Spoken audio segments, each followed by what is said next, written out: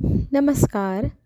हळद रुसली कुंकू हसलं ह्या मालिकेमध्ये आपल्याला पाहायला मिळणार आहे. दुष्यंत हा घाईघाई शहरातनं त्याच्या गावी जातो आणि खूप घाबरलेला असतो, कारण त्याला कळलेलं असतं की आईला काहीतरी सिरियस झालेलं आहे. काकूनी घाईघाईने बोलवले आणि तो घरी आल्यानंतर पाहतो तर काय, आई आपली ठणठणीत बसलेली असते. आणि मग तो आईला विचारू लागतो, तुला काय झालं होतं, मला एवढं घाईघाई बोलवलं? त्यावेळेला ती म्हणते, नाही काहीच नाही. मग काकूने का बोलवलं? काकू इकडे घाबरते आणि मग ती घाईने सांगू लागते, खरं तर मी खोटं बोलले होते की बायजाबाईंची तब्येत खराब झाली आहे, सिरियसच आहे, त्यामुळे तू लवकर ये. मी चुकले, मला माफ कर, कारण तू येत नाही, तुला असं काहीतरी सांगावं लागलं. हे ऐकल्यानंतर बायजाबाई पण खूप चिडते. जरी तुला त्याला बोलवायचं होतं, पण हे अशा पद्धतीने माझ्या मुलाला इथे बोलवायचं नाही. तुला कोणी अधिकार दिला आहे असं माझ्या मुलाशी खोटं बोलण्याचा? आणि मुलाला मग ती म्हणू लागते, खरंच बाळा, मला यातलं काहीच माहीत नाही आणि येणे असं का बोललं हेही मला माहीत नाही. मग तो आईला म्हणतो, ठीक आहे, जाऊ दे, मी फक्त तुझ्या काळजीपोटी इथे आलो, आता मला निघायला हवं. मग ती म्हणते, अरे बाहेर कार्यक्रम चालू आहे, थोडासा वेळ थांब आणि मग जा. तितक्यात भाषण सुरू होतं बाळजाबाईंचं आणि विषय असतो सामूहिक विवाह सोहळा. आपल्या ह्या समाजात काहीतरी आपण कार्य करावं, त्याच्यासाठी मी हा सामाजिक विवाह सोहळा मी इथे करत आहे. इथे 500 जोड्यांचं लग्न लावण्यात येणार. त्यांना ओटी आणि खणनाराळाने सन्मानित केलं जाणार. छानसा विवाह सोहळा आपण इथे पार पाडू, जोड्या जुळवू, असं म्हणत पक्षाचं नाव मोठं करण्यासाठी छान प्रकारे तिथे कार्यक्रम चालू असतो. त्या कार्यक्रमात लाकडांची सोय ही आपल्या कृष्णाला करायला बाळजाबाईंनी सांगितलेली असते. कृष्णा तिथे पोचते. कृष्णाला पाहून जयवंतराव पुढे येतात आणि तिच्याजवळ जाऊन लाकडं उतरवण्याचे नाटक करत तिच्याजवळ हात लावू लागतात हाताला. मग ती म्हणते, काय काम आहे? मग तो म्हणतो, व्याजाचंच बोलायचं होतं. तर ती ते लाकडं खाली उतरवत त्याला म्हणते, हे जे लाकडं आहे हे घेऊन जा, याच्यामध्ये काही हिशोब होईल तेवढे व्याजाचे पैसे कापून घ्यायचे आणि एक ना एक दिवस सगळा हिशोब चुकता होईल. तेव्हा तो म्हणतो, असे हिशोब लवकरात लवकर चुकतं होत नाही. तर ती म्हणते, मी लवकरच सगळे हिशोब क्लिअर करेल आणि राहिलंच काही तर मी मागून घेईल, असं जयवंतराव बोलतो. त्यावेळेला ती म्हणते, तशी वेळच येणार नाही, तुमची जी इच्छा आहे ती कधीच पूर्ण होणार नाही. तो तिला सांगत असतो की माझी इच्छा पूर्ण कर, मग मी तुझीही पूर्ण करेल. पण ती ह्या सगळ्याला विरोध करते आणि लाकडं उतरवल्यानंतर घरी जायला ताईला बस म्हणत असते. तितक्यात तिची नजर एका मुलावर पडते आणि त्याला ती दाजी अशी हाक मारते आणि ताईलाही म्हणते, ताई, ते दाजीच आहे ना गं? आणि ताईने जेव्हा त्यांना पाहिलं तेव्हा त्याच्या मनात आक्रोश निर्माण झाला. बिचारीच्या हातापायाची जवळजवळ त्राण प्राण सगळं काही निघून गेलं. बिचारी जीवाच्या आकंताने आहो आहो म्हणत त्याला हाक मारत समोर जाऊ लागते. हे काय करत आहात? मी इथे जिवंत असताना दुसरं लग्न? हे पाहिल्यानंतर तर बिचारी चक्कर येऊन खाली पडते. आपली ताईच्याही अवस्था पाहून इकडे कृष्णाही घाबरून जाते. आपल्या ताईला शुद्धीवर आणण्यासाठी बिचारी हाक मारू लागते, पाणी आणा म्हणते. पाणी आल्यावर तिची तोंडावर शिंपडू लागते. ज्या मुलीशी त्याचं लग्न होणार होतं ती मुलगीही घाबरलेली असते. हा काय प्रकार आहे, कुणाला काही समजेना. सगळेजण भांबावून गेलेले असतात. कृष्णा मात्र सगळ्यांसमोर आपल्या ताईला हाक मारत असते.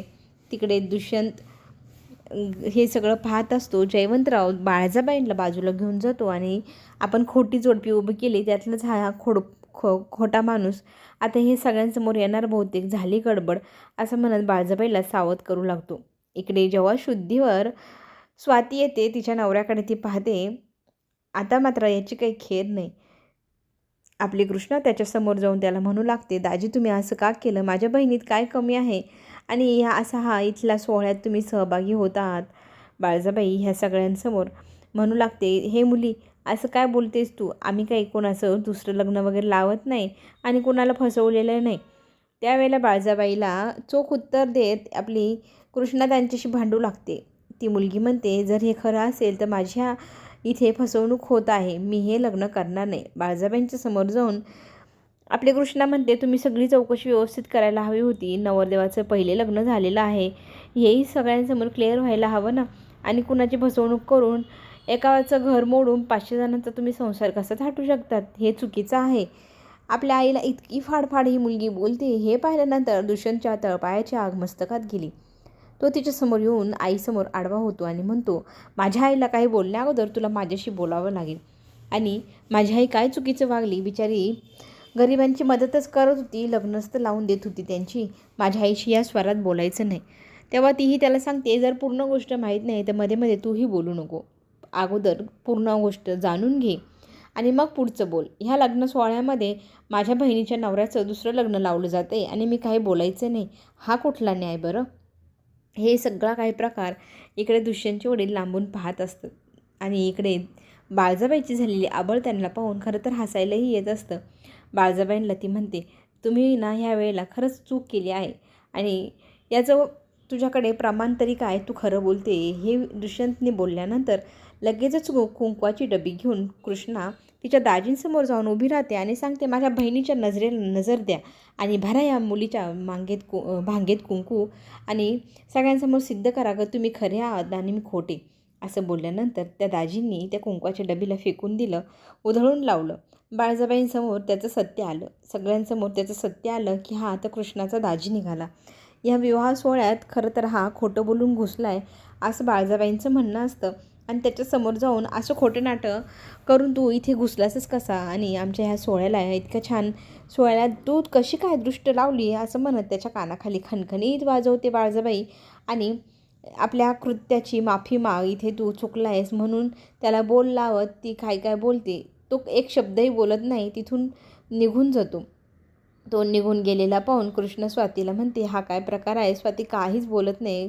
बिचारी मनातली मनात रडत असते. पण तिथले गावकरी मात्र म्हणतात, आमच्या मुलींचं आज नुकसान झालं असतं जर ह्या खोट्या नवरदेवाशी तिचं लग्न झालं असतं तर. हे काय करून बसलात तुम्ही बाळजाबाई? तुम्ही चौकशी करायची नवरदेवांची. सगळ्या मुली मात्र आता घाबरल्या. कशावरनं यातले सगळे नवरदेव खरे असतील आणि आमच्या नवरदेवही खोटं निघाला तर मला नाही करायचा हा सामूहिक विवाह असं म्हणत प्रत्येक मुलीने तिथे भरलेली खणा नारळाची ओटी बाळजाबाईंना परत केली. त्या मुलींना बाळजाबाई समजत असते की एखादी व्यक्ती चुकू शकते पण सगळ्या नाही चुकणार. तुम्ही असं करू नका, थांबा इथे. पण त्या मुली आणि त्या मुलींचे घरचे इथून निघून जातात. हा सोहळा खोटारडा आहे आणि ह्या सोहळ्यात मला लग्नही करायचं नाही असं म्हणत त्या मुली तिथून निघून जातात.